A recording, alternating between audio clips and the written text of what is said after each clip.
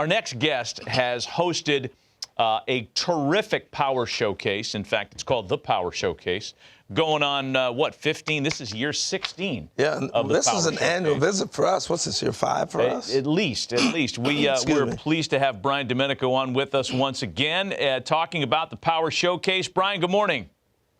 Harold, Matt, as always, it's really nice to see you, and I appreciate you having me on. Well, we appreciate you coming on with us to kind of introduce our viewership to some of the kids that you've discovered and showcased in your Power Showcase. I mean, boy, the list is unbelievable. We watch the video of this thing all the time. Among the players that you had, and I guess you could talk on all of them, who's made your eyes pop the most at the Power Showcase? Well, as far as this year, I mean, it is tough because this was a year where there wasn't like that big human interest story of like the 525-foot home run or something along those lines. But there is a player by the name of Hogan Nelson who has attended 5 Power Showcase events, and he's actually a 3-time Power Showcase champion and won it as a 13-year-old and a 14-year-old. And then last year had to make a really big decision. He's one of the top quarterbacks in the state of Texas, and decided last year, after having a really good showing at area code, to kind of shift gears and focus strictly on baseball. And he came back as an underclassman and won in dramatic fashion. And he is one of those individuals that has the it factor. When the pressure mounts the most and his back's against the wall, somehow, some way, he comes and he ends up pulling through and winning. And that's one of those unique DNA things that I think scouts and college coaches look for. Hey, Brian, I think we're in a unique time, too, where guys have perfected the home run. And do you see that early on, the art form of guys really knowing to master their swing for homers at an earlier age than before? Yeah, I mean, I'm glad you brought that up. The old adage back in the day would be that home run derbies would ruin a player's swing. And I'd be like, that's not really true, because there's so many different swings that are applied in an at-bat, whether it's an 0-2 count, or you have to hit and run, or move a guy over, or have to purposely hit a fly ball to the outfield for a guy who got a tag from whatever base. So I think that when you also put in the very beginning, when they're 12 years old and at Cooperstown, Cooperstown has those 200-foot fences, so the kids are enjoying that.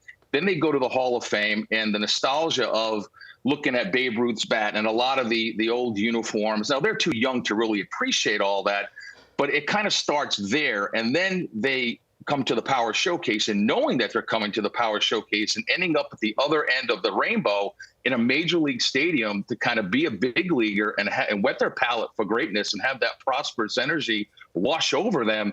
Now it trickles back to, okay, how are we going to prepare for this?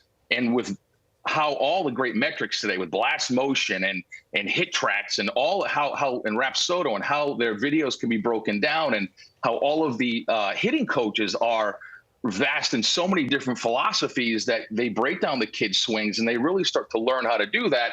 Now, you can attest to this, Harold, that when you hit a ball and you square one up, it's smooth. It's one of the most beautiful moments in all of baseball, and obviously you have to elevate to celebrate.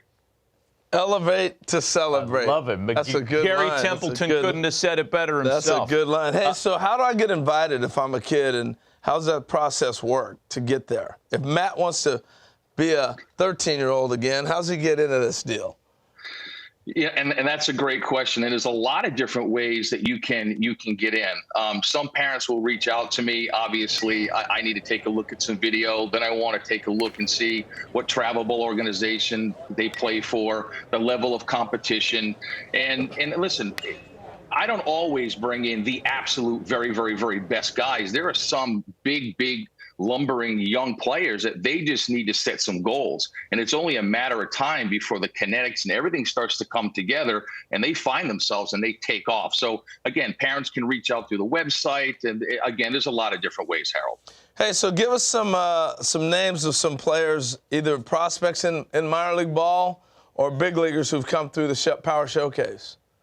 Well, I think the most noticeable one was Bryce Harper, obviously. And then you had, Tristan Costas, who's now the starting first baseman for the Boston Red Sox. And when he did the Power Showcase, he hit 5 500-foot home runs, which was really incredible. And then it was Blaze Jordan that you and I had talked about many times. And then he won the junior Major League Home Run Derby. There was a young man by the name of David Denson that hit a 515-foot home run off the Jumbotron. That was back in 2012. Daniel Vogelback. I mean, there's countless guys in the big leagues. Tell us about this DiMaggio Lonero. Oh, DiMaggio Lonero, leaving nothing to the imagination. A very, very cool story. So his grandfather was an Italian immigrant. And so when he got to New York, just fell in love with baseball and obviously the New York Yankees. And when he had his son, which is DiMaggio's father, his name was Bill. When Bill grew up, he obviously was a diehard Yankee fan. So he decided to name his son DiMaggio. And his father was like, well, listen, that's kind of a tough name to live up to. And what's ironic is that DiMaggio actually told his father, and he knew about the event because two of his buddies at the event a couple of years ago, a player named Drew Rapepi, who actually was a two-time Power Showcase world champion. He told his father, he's like, I'm gonna go down and I'm gonna win it. And I think he put out some incredible numbers, 468 feet with his longest home run. And he has tremendous raw power. And like I said earlier, just scratching the surface and his potential. And I think he did Joe DiMaggio pretty proud, for sure. Yeah, I would say these kids are breaking my back looking at these videos. Italians, baby. Like Italians. I understand they also named the family dog Yogi. Is that right? Man, that's right. Living a Yankee dream there. Yeah. I want to ask you about, because there's a couple of 12U and 13U kids that popped as well. And I don't know, for me, the younger they get with the power, I mean, it makes you marvel at the command and the bat to ball skills when the kid's 12 years old. Great point. I think that some kids gravitate towards enhancing their baseball DNA and looking for that next big stage to have to compete upon, like IJ Garza you just saw. That's Tyler Cerruti. That's Sebastian Carthace, who actually won Week 9's Home Run Derby in Cooperstown. Austin Brown, who is a 14-year-old, Harold and Matt, that hit a 479-foot home run. Wow. Here it is right here. He hits it, and it goes off the back of the loanDepot side. Check this out. Looks like Corey Hart. Beautiful, easy swing. Yep. Beautiful, easy swing. Oh, man, it's unbelievable. That is amazing. Now, one more guy, if I can here, is a 6'8" power hitter from Tennessee named Braden Turnage, and I did a little research. I think he's 16 or 17 years old. 6'8". And I did a little digging, and I wanted to find out, okay, who in today's game, position player wise, are the top guys as far as height. You had O'Neal Cruz, the shortstop with the Pirates, and then you have Aaron Judge, who plays outfield. But I wanted to dig a little deeper and find out who was the tallest major leaguer to ever play first base. And it was Tony Clark. I guess he's the executive director of the Major League Baseball Players Association, had 251 home runs and a 15-year career. But, 6'8", and he's an incredible basketball player, and he's also an ascending pitcher on the mound. Wow. That's scary. He looked like Richie Sexton. That's a good. I thought he looked like George Mirasan. Yeah, that's good, too. NBA player. Hey, Brian, we appreciate the visit as always. Congrats on another successful run on the Power Showcase. I know that kids love participating in your event. You had it a few weeks ago, and for folks that are interested, it's on the website. We have the information on the screen. Brian, we appreciate the visit. Happy holidays to you and your family. Always. Thanks, guys.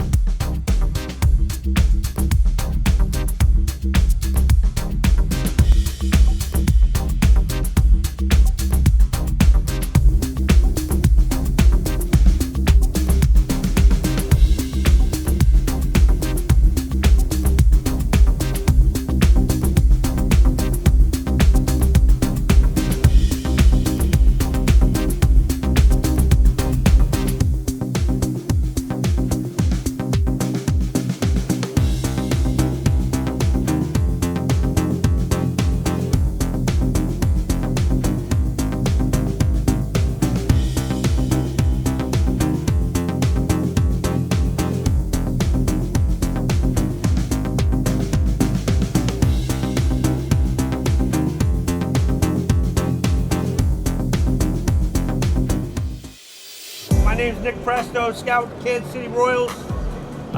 It's a great opportunity. Appreciate you guys being here, hitting on a big league field. We're going to run you through a scout day.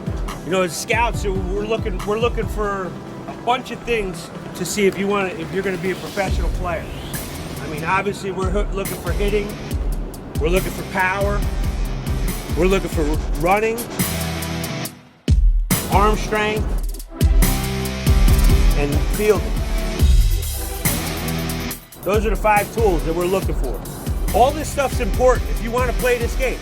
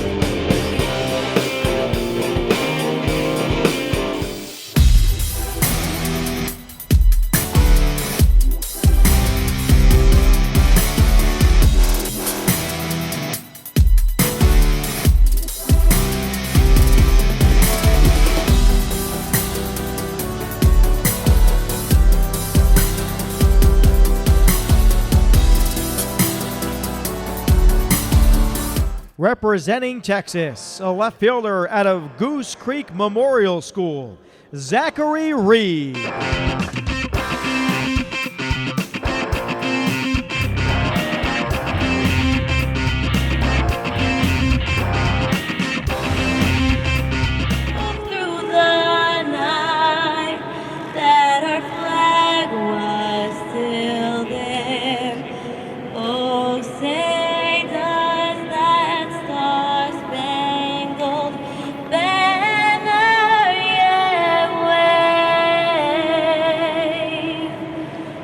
The land of the free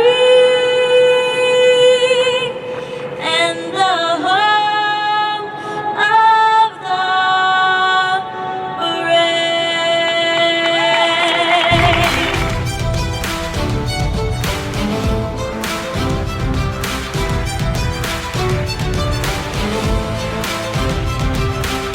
Representing Texas in the featured group, put your hands together and welcome Zackery Reed.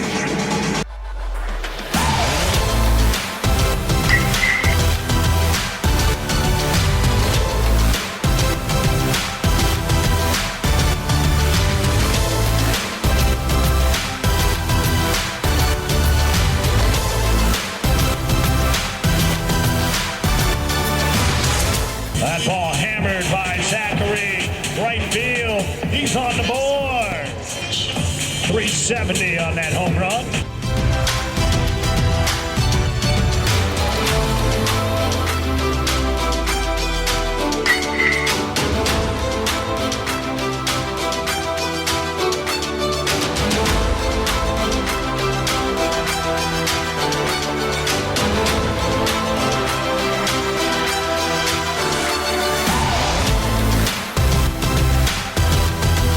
That ball's going to stay fair.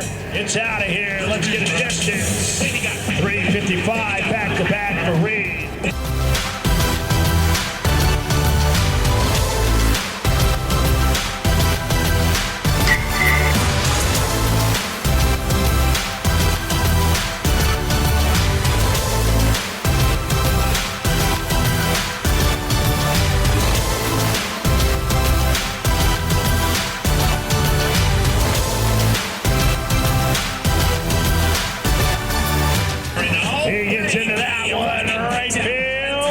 It's up and away. Home run number 3 for Zackery. 378 on that home run. 378.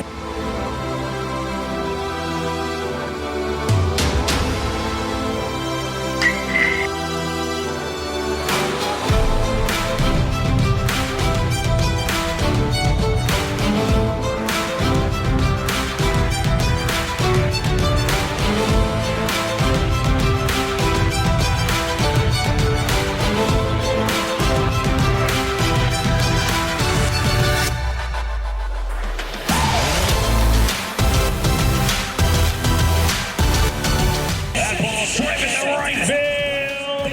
It's out of here. 381 on that one.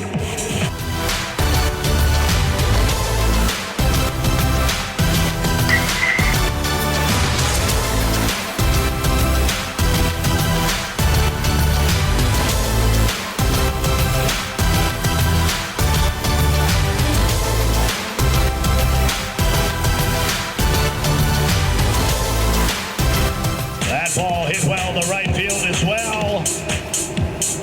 That one gonna get out of here. 359 in row 2.